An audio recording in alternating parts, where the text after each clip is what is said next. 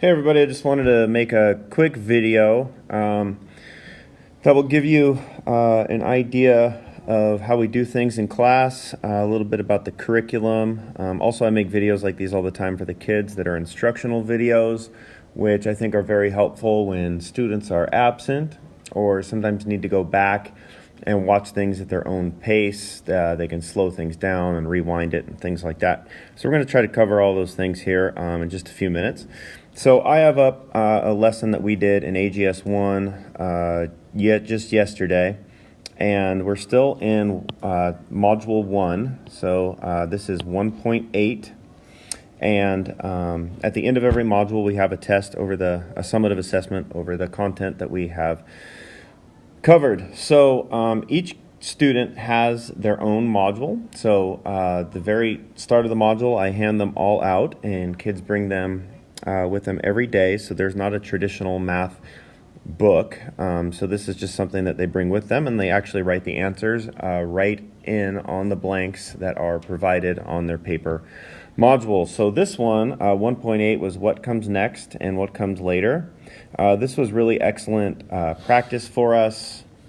You can see it's a little bit drill and kill, but most of our lessons are very real world problem solving based, but this one just has the kids going through finding the next term, writing the recursive rule, writing the nth term, writing the explicit rule, and then deciding what kind of sequence it is. So if I was making this video for the kids, what I would probably do to kickstart the lesson would be to just read this information here at the top, maybe complete function A, and they would write that down with them as the video was playing, and then function B. And then once I feel that I've covered the concepts that are within the lesson, then I would probably let them go in groups to finish the rest of the task.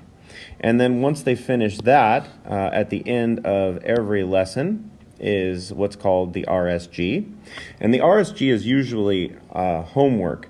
So I find that the set part, so it goes ready, set, go, I find that the set corresponds closest with what we did that day in class. And then the ready and go either goes over information that we've learned or kind of gives a preview of things that are coming next. So when you're following along on Canvas in class, I'll write homework is 1.8, and then I'll say either RSG, or I might just say S and G. In which case, the student would know that they only have to do the set and the go and skip the ready for that day. So it's just really important to bring these with you every day to class. So if you want to find this information online, since there's not a textbook, I know that that can be frustrating sometimes. So let's just go through how to find this if you wanted to pull it up.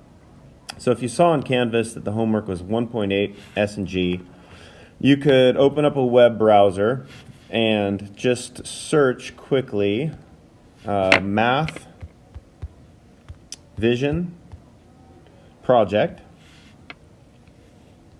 Click on the first thing that comes up. Click on Curriculum.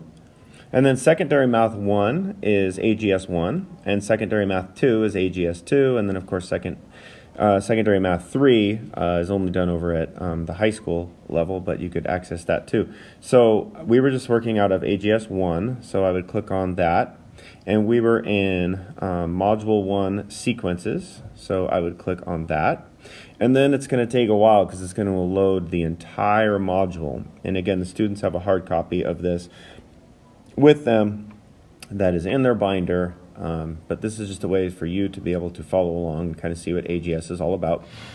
So here's Module 1 Sequences, and this tells you the concepts that are being taught in every lesson and in the module. So we have a table of contents at the beginning, and then to get to 1.8, we would scroll all the way down